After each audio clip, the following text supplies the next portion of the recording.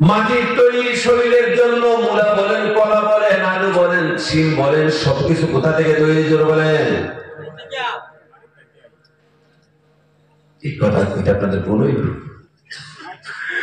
সবগুলি কিসে থেকে তৈরি হয়েছে? মাটি থেকে তৈরি হয়েছে। আপনার বডি কিসের থেকে তৈরি হয়েছে? জোরে বলেন। মাটি থেকে তৈরি হয়েছে। মাটির তৈরি বডির জন্য মাটির তৈরি খাবারকে আল্লাহ পাক সিলেকশন করেছেন। আর যেদিন আপনার শরীর থেকে যখন আপনার রূহ চলে যাবে, তখন মাটির তৈরি বডি নিথর হয়ে যাবে। আপনার সেই রূহটা আপনার শরীর থেকে চলে যাবে।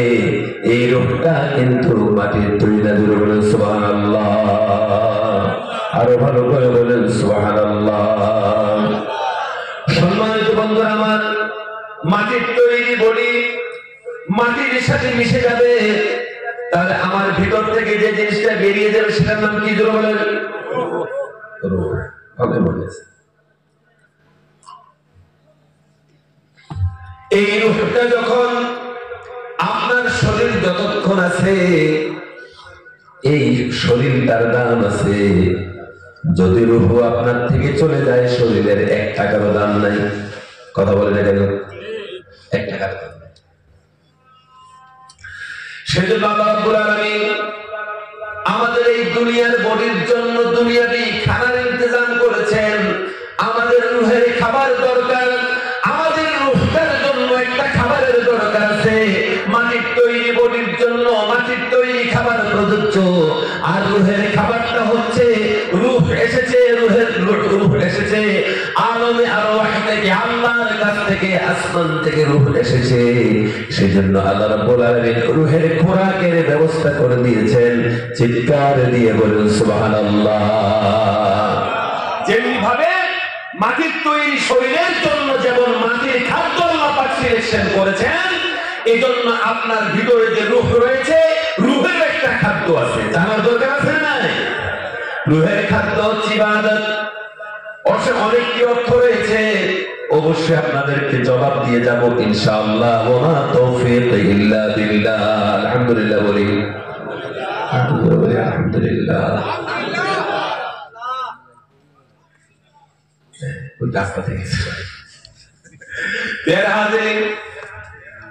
আবার আসুন আমাদের কথার মূল কেন্দ্রে চলে যায়। আমরা আমাদের লক্ষ্য হচ্ছে আল্লাহর সাথে মুলাকাত করা। এটাই হচ্ছে আমাদের ডেস্টিনেশন, এটাই হচ্ছে আমাদের ইমতিহান, আর সেটাই হচ্ছে আমাদের মূল গন্তব্য।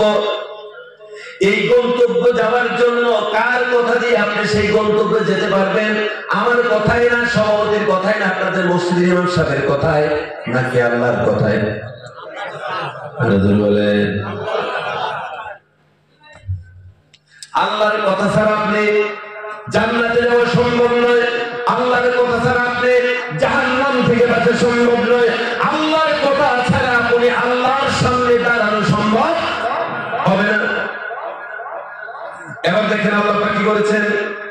আল্লাহ যখন বললেন তোমাকে দুনিয়ার জমিনে আমি পাঠিয়ে দিচ্ছি, সেখানে আমি তোমার সামনে থাকবো না, তুমিও আমার সামনে থাকবে না। সেই জায়গার মধ্যে তোমরা প্রমাণ করা লাগবে সত্যি আমি তোমাদের রব। জোরে বলে সুবহানাল্লাহ। এখন এই পৃথিবীতে আমরা এসেছি, আল্লাহ পাক আমাদেরকে কি কতটা মায়া করেছে দেখেন। আল্লাহ পাক আমাদের সামনে নেই, দুনিয়ার জমিনে পাঠানোর সময় কি দিয়ে আমরা বিশ্বাস করব যে এটা হচ্ছে আসমানি ইলম? আল্লাহ পাক বলেছেন আর রহমানু আল্লামাল কুরআন খালাকাল ইনসানা আল্লামাহুল বায়ান। বলি আল্লাহু আকবার। আর রহমানু আল্লামাল কুরআন, খুব মনোযোগ, সেনসিটিভ কথা। আর রহমানু আল্লামাল কুরআন, যিনি দয়াময়, কোরআন তিনি শিক্ষা দিয়েছেন। সুবহানাল্লাহ পড়েন। খালাকাল ইনসান, মানুষ সৃষ্টি করেছেন। খালাকাল ইনসান, মানুষ সৃষ্টি করেছেন। আল্লামাহুল বায়ান, মানুষকে বায়ান শিক্ষা দিয়ে দিয়েছেন। দিয়েছেন। এখন আল্লাহ পাকের এর অর্থ হচ্ছে, বায়ানের এক অর্থ হচ্ছে কোরআন। খালাকাল ইনসান আল্লামাহুল বায়ান, এই বায়ানের একটি অর্থ হচ্ছে কোরআন শরীফ, আর আরেকটি অর্থ হচ্ছে প্রজ্ঞা শক্তি।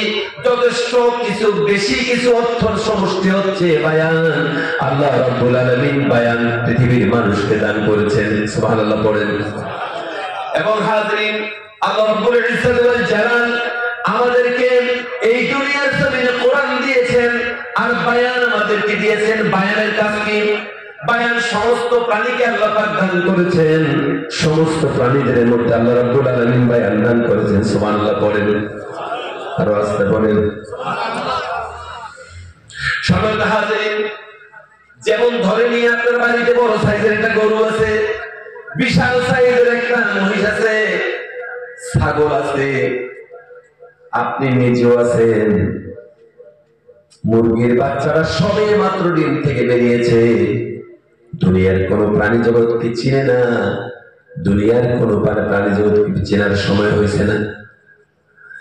আসলে হাজিরের কোন নয়, সবে মাত্র ডিম থেকে ফুটেছে, বিশাল বড় সাইজের একটা মহিষ তার কাছে আছে। মহিষকে সে ভয় পায় না। একটা বিরাট বড় গরু আছে, গরুকে সে ভয় পায় না, ছাগলকে ভয় পায় না, মানুষকেও ভয় পায় না। ঘরের কোনার মধ্যে পিসাবের মতন আধা আধা চোখের মধ্যে একটা প্রাণী বসে আছে। এতটুকু কি হইতে পারে? এটা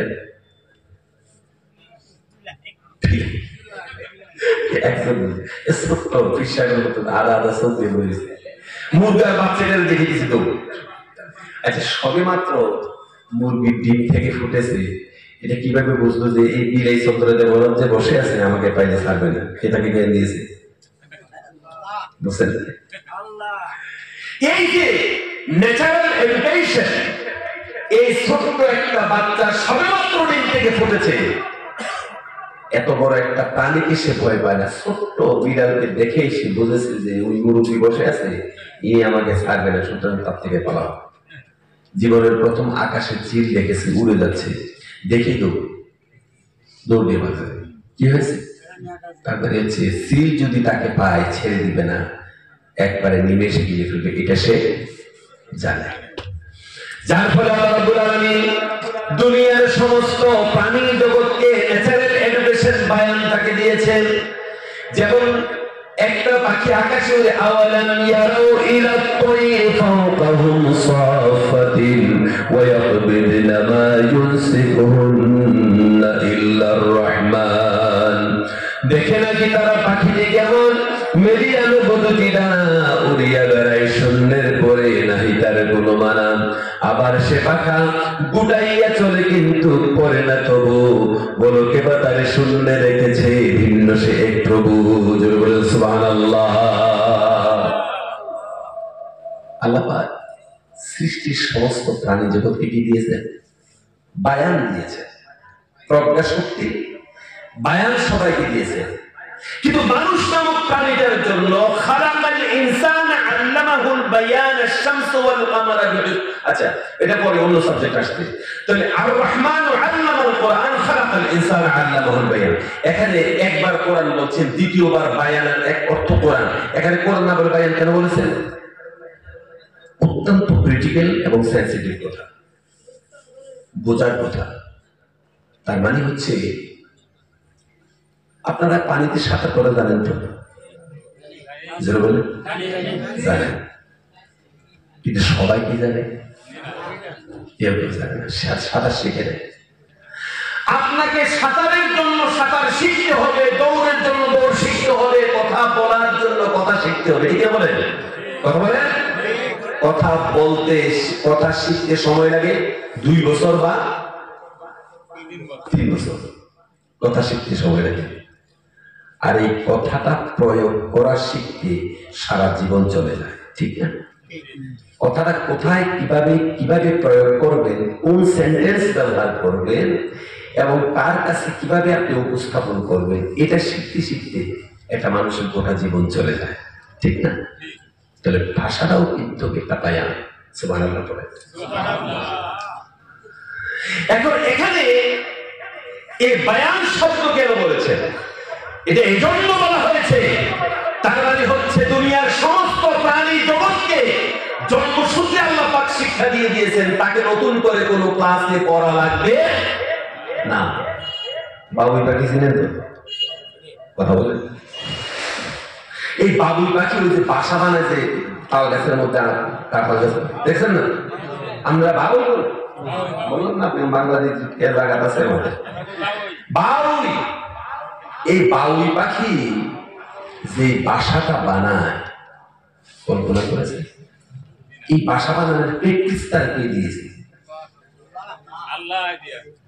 এটা যে বাসাটা বানায়, আপনি বানানো তো দূরের কথা, খুলতে তো পারবেন না, ঠিক না বলেন? তো এই যে সে একটা বাসা বানালো, তাকে পৃথিবীর কোন স্কুলে কোন কলেজে তাকে শিখতে হয় নাই, তার কাছে সেই বানানোর বুদ্ধি বায়ান আল্লাহ পাক তাকে দিয়েছে। সুবহানাল্লাহ। এরপরে দেখেন কতক্ষণ বলবো আমি, ফজর পর্যন্ত আল্লাহ পাকের এই প্রাকৃতিকতার উপর কথা বললে তো ফজর হয়ে যাবে। এই প্রাণীটা বাসা বানানোর জন্য কারো কাছে শিখতে হয় না।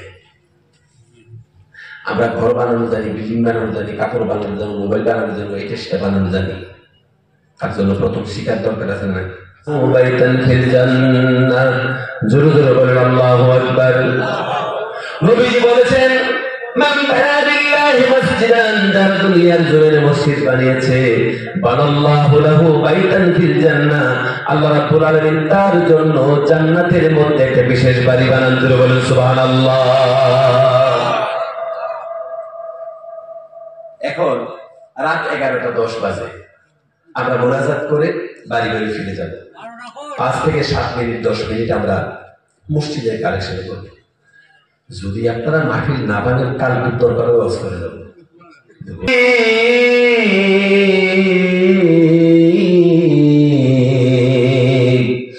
মালিক তুমি জান্নাতে, তোমার কাছে আমায় একটি ঘর বানিয়ে দিও,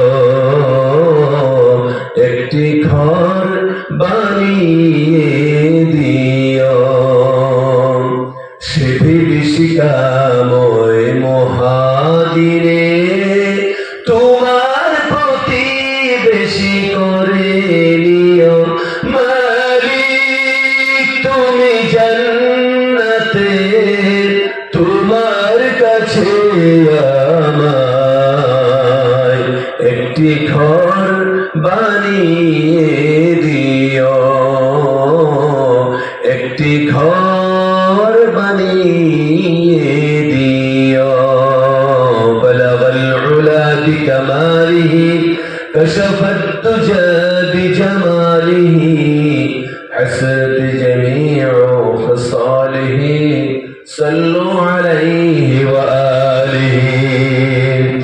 লা ইলাহা ইল্লাল্লাহ, লা ইলাহা ইল্লাল্লাহ, লা ইলাহা ইল্লাল্লাহ, লা ইলাহা ইল্লাল্লাহ, লা